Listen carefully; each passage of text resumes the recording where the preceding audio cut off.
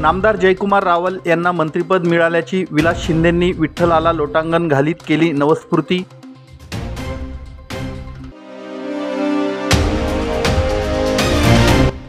शासनाने नियमित सेवेत सामावून न घेतल्यास 17 संवर्गातील मानधन कर्मचारी मंत्रालयावर काढणार लाँग मार्च।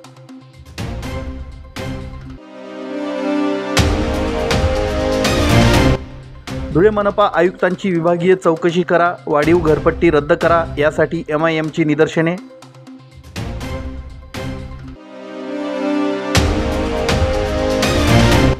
आणि हिंदी भाषा सक्ती शासनाने रद्द केल्यामुळे शिरपूरमध्ये मनसे शिवसेना उबाठाचा एकत्रित जल्लोष।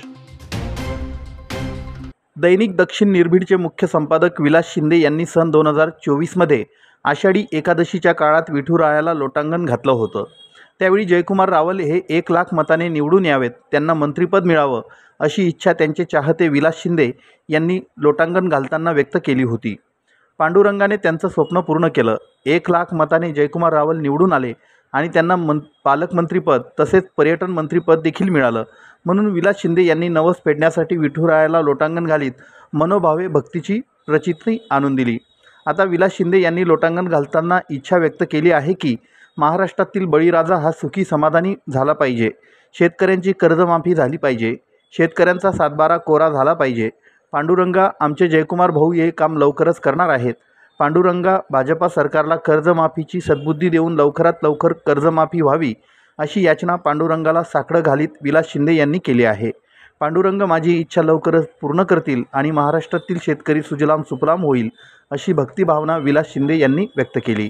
तालुका जिल्हा धुळे, माझं गाव आहे बाबुर्डे। मी पांडुरंगाला साकडं घालण्यासाठी आलो होतो मागच्या वर्षी। मागच्या वर्षी माननीय जयकुमारजी रावल साहेब आणि आत्ताचे पर्यटन मंत्री जयकुमार भाऊ यांना मंत्रिपद मिळावं त्याच्यासाठी मी पांडुरंगाला साकडं घातलं होतं, लोटांगण प्रदक्षिणा घातली होती, ती माझी पूर्ण झालेली आहे। आणि माझे बंधू म्हणजे जयकुमार भाऊ रावल हे 1 लाख मताने निवडून येतील असं माझं स्वप्न होतं। खरंच निवडून आले, मंत्रिपद मिळालं आणि आत्ता पांडुरंगाच्या चरणी परत मी साकडं घातलेलं आहे की या महाराष्ट्रातल्या शेतकऱ्यांचं संपूर्ण कर्ज माफ झालं पाहिजे, शेतकऱ्याचा सातबारा कोरा झाला पाहिजे।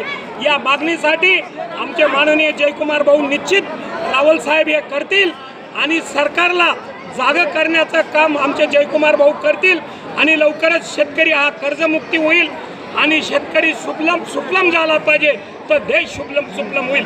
मी महाराष्ट्र न्यूज चॅनलच्या बातमीपत्रास लाईक, शेअर, सबस्क्राईब करा, सोबतच बेल आयकॉन प्रेस करायला विसरू नका। पाहत राहा मी महाराष्ट्र चॅनल। आदिवासी पेसा 13 जिल्ह्यातील 14 संवर्गातील मानधन कर्मचाऱ्यांना नियमित सेवेत घेण्याच्या मागणीसाठी आदिवासी 17 संवर्ग पेसा कर्मचारी संघटनेतर्फे धुळे जिल्हाधिकारी कार्यालय आवारात निदर्शने करण्यात आली। तसेच संघटनेतर्फे प्रशासनाला मागण्यांसंदर्भात निवेदन देण्यात आलं। निवेदनात म्हटलं आहे की 17 संवर्गातील मानधन कर्मचाऱ्यांना 5 ऑक्टोबर 2024च्या शासन निर्णयानुसार मानधन तत्वावर नियुक्त्या देण्यात आल्या होत्या। 1 वर्षाच्या आत शासनाने नियमित शासकीय सेवेत सामावून घेण्याबाबत आश्वासित केलं होतं, मात्र या संदर्भात पुढे कुठलीही कारवाई झाली नाही। त्यामुळे वारंवार पाठपुरावा करीत आम्ही संघटनेमार्फत शासनाकडे नियमित सेवेत सामावून घेण्यासाठी मागणी करीत आहोत। त्या अनुषंगाने धुळे जिल्हाधिकारी कार्यालयात निवेदन देण्यात आलं आहे। आमच्या मागण्यांवर प्रशासनाने तात्काळ दखल घेऊन कार्यवाही केली नाही तर 7 जुलै रोजी चारोटी नाका, पालघर ते मुंबई मंत्रालय असा पायी भव्य बिराड मोर्चा अर्थात लाँग मार्च काढणार आहोत असा इशारा निवेदनाद्वारे देण्यात आला आहे। निवेदनावर पेसा कर्मचारी पल्लवी वळवी, शैलेश बहिरम, सचिन गवळी, वामन बागुल, शर्मिला चौरे, ज्योती ठाकरे, पुष्पा गवळी इत्यादींच्या सह्या आहेत। आमची मागणी हीच होती की 17 संवर्गाची पद भरती 2023 साली झालेली होती। त्या पद भरतीमध्ये म्हणजे कृषी सहाय्यक, त्यानंतर तलाठी भरती असेल, त्यानंतर फॉरेस्ट भरती असेल, ह्या कर्मचाऱ्यांना, बाकी कर्मचाऱ्यांना रेग्युलर नियुक्त्या दिल्या आणि आम्ही पेसा क्षेत्रातील जे कर्मचारी होतो त्यांना आम्हाला मानधन तत्वावर नियुक्त्या दिल्या आणि आम्ही ॲक्च्युली मेरिटनुसार सिलेक्ट झालेले विद्यार्थी होतो, तरी पण आम्हाला मानधन तत्वावर नियुक्त्या दिल्या। आमची आता हीच मागणी आहे की आम्हाला मानधन तत्वावर नियुक्त्या न देता आम्हाला आमच्या ज्या हक्काच्या नोकऱ्या होत्या, ज्या कायमस्वरूपी त्या नियुक्त्या आम्हाला देण्यात याव्या। त्यासाठी आम्ही 7 जुलै रोजी पालघर ते मुंबई लाँग मार्च काढत आहोत। यासाठी आम्ही आज जिल्हाधिकारी महोदयांना निवेदन देण्यासाठी आलो होतो। मी महाराष्ट्र न्यूज चॅनलच्या बातमीपत्रास लाईक, शेअर सबस्क्राईब करा. सोबतच बेल आयकॉन प्रेस करायला विसरू नका. पाहत राहा मी महाराष्ट्र चॅनल. धुळे मनपा आयुक्त तथा प्रशासक यांची विभागीय चौकशी करण्यात यावी, तसेच वाढीव घरपट्टी तात्काळ रद्द करण्यात यावी या मागणीसाठी MIM पक्षाच्या वतीनं 2 जुलै रोजी जिल्हाधिकारी कार्यालय आवारात निदर्शने करण्यात आली. तसेच प्रशासनाला मागण्यांचं निवेदन देण्यात आलं. निवेदनात म्हटलं आहे की धुळे महानगरपालिका आयुक्तांच्या प्रशासकीय काळात मोठ्या प्रमाणात भ्रष्टाचार होत असल्याच्या नागरिकांच्या तक्रारी वाढत आहेत.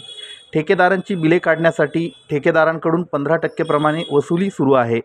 करोडो रुपयांची बिले काढण्यासाठी धुळेकर नागरिकांकडून पठाणी वसुली केली जाते. नागरिकांची इज्जत वेशीवर टांगण्याचं काम मनपा आयुक्तांमार्फत केलं जातं. यापूर्वी अनेक अधिकारी धुळे महापालिकेत कार्य करून गेले, परंतु आजपर्यंत कोणत्याच अधिकाऱ्यांनी नागरिकांच्या घरी जाऊन ढोल बडवून वसुली केली नाही. तसेच धुळे महानगरपालिका ड वर्गात असूनसुद्धा अ वर्गापेक्षा जास्त घरपट्टी लावण्यात आली आहे, ती तात्काळ रद्द करा. तसेच मनपा आयुक्त यांची विभागीय चौकशी करा अशा मागण्या निवेदनातून करण्यात आल्या आहेत. निवेदनावर MIMचे जिल्हाध्यक्ष नासिर पठाण, मुख्तार अन्सारी, सलीम अन्सारी, एजाज सय्यद, महिला जिल्हाध्यक्षा दीपश्री नाईक यांच्या सह्या आहेत.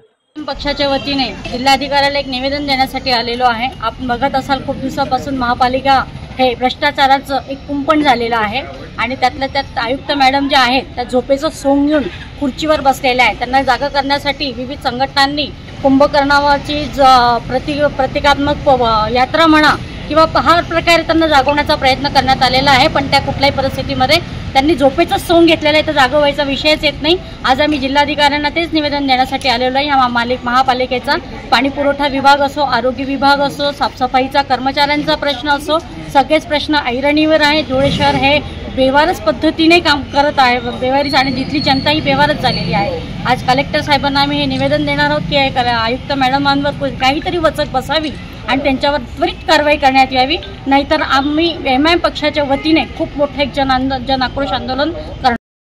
मी महाराष्ट्र न्यूज चॅनलच्या बातमीपत्रास लाईक, शेअर, सबस्क्राईब करा. सोबतच बेल आयकॉन प्रेस करायला विसरू नका. पाहत राहा मी महाराष्ट्र चॅनल. महाराष्ट्र नवनिर्माण सेना व शिवसेना उभाटा शिरपूर शहर व तालुक्याच्या वतीनं दिनांक 2 जुलै रोजी मनसे शिवसेना यांनी एकत्र येऊन फटाक्यांची आतषबाजी करीत एकमेकांना पेढे भरवून जल्लोषाने आनंदोत्सव साजरा केला. यावेळी भूमिका मांडताना जल्लोषकर्त्यांनी सांगितलं की महाराष्ट्र राज्य सरकारने हिंदी भाषा सक्तीचा GR काढल्यामुळे मराठी जनतेवर एक हुकुमशाहीचा दबाव सुरू होता. महाराष्ट्राची जनता, ठाकरे कुटुंबीय एकजुटीने व एक विश्वासाने या विरोधात उभे राहिले. मराठी भाषेवर अन्याय सहन केला जाणार नाही, यासाठी सगळे एकवटले असताना तमाम महाराष्ट्र मराठी जनता मराठी भाषेच्या ताकदीपुढे सरकारला झुकावं लागलं. हिंदी भाषा सक्तीचा GR रद्द करावा लागला. शेवटी या महाराष्ट्राची मराठी जनताच मालक आहे हे सिद्ध झालं व मराठी माणूस मराठी भाषा विजयी झाले. म्हणून मनसे शिवसेना एकत्र येऊन फटाक्यांची आतषबाजी करून एकमेकांना पेढे भरवून जल्लोषाने आनंदोत्सव साजरा करण्यात आला. याप्रसंगी मनसेचे जिल्हाध्यक्ष राकेश नवनीत चौधरी, शिवसेना उबाटाचे भरतसिंग राजपूत, जिल्हाध्यक्ष राजू टेलर, सोनू राजपूत, जिल्हाध्यक्ष मनसे विद्यार्थी सेना राहुल शिरोळे, जिल्हा उपाध्यक्ष पूनमचंद मोरे, तालुकाध्यक्ष पंकज मराठे, शहराध्यक्ष राकेश पाटील, विक्की पाटील, नक्षत्र पाटील, छोटू राजपूत, रजसिंग कोळी, प्रकाश कोळी, युवराज पाटील, जितेंद्र पाटील, पिंटू शिंदे, मुकेश शेवाळे, मंगलसिंग भोई, बबलू शेख, वाजिद मलिक, सुखलाल पावरा, देवाजी पाटील, योगेश सूर्यवंशी, योगेश ठाकरे, जावेद शेख, मोहसिन शेख आदी पदाधिकारी कार्यकर्ते उपस्थित होते. 2025च्या शैक्षणिक वर्षात महाराष्ट्र सरकारने हिंदी भाषा ही पहिलीपासून अनिवार्य केलेली होती आणि याचा लढा शिवसेना, महाराष्ट्र नवनिर्माण सेना व सर्व मराठी माणसांनी उभा केला आणि या सरकारला हिंदी भाषा सक्तीचा निर्णय तो GR रद्द करायला भाग पाडलं. त्याचा विजय उत्सव म्हणून या ठिकाणी शिवसेनेचे, महाराष्ट्र नवनिर्माण सेनेचे आणि मराठी बंधू या ठिकाणी एकवटले आणि आज एक विजय उत्सव या ठिकाणी एकमेकांना पेढे भरून फटाके वाजवून साजरा करण्यात आला आणि अशीच एकजूट या महाराष्ट्रासाठी कायम राहील, याच्यासाठी सर्व मराठी बंधू एकत्र राहतील आणि एकत्रितपणे लढा देतील. संयुक्त महाराष्ट्राच्या वेळेस जसा लढा होता तसाच अखंड लढा हा महाराष्ट्र एकीकरणासाठी आणि मराठीसाठी कायम राहील. मराठीच्या एकजुटीसाठी उद्धव साहेबांनी आणि राज साहेबांनी जे आव्हान केलेलं आहे 5 तारखेला मुंबई येथे सर्वांनी मेळाव्याला जमायचं यासाठी मी सर्व मराठी बांधवांना आमंत्रित करतो आणि त्यांना मुंबई या ठिकाणी यावं आणि मराठीची एकजूट दाखवावी असं आव्हान देखील करतो। ते आव्हान महाराष्ट्र नवनिर्माण सेना आणि शिवसेनेच्या संयुक्त विद्यमाने सगळ्यांच्या मार्फत या ठिकाणी करतो।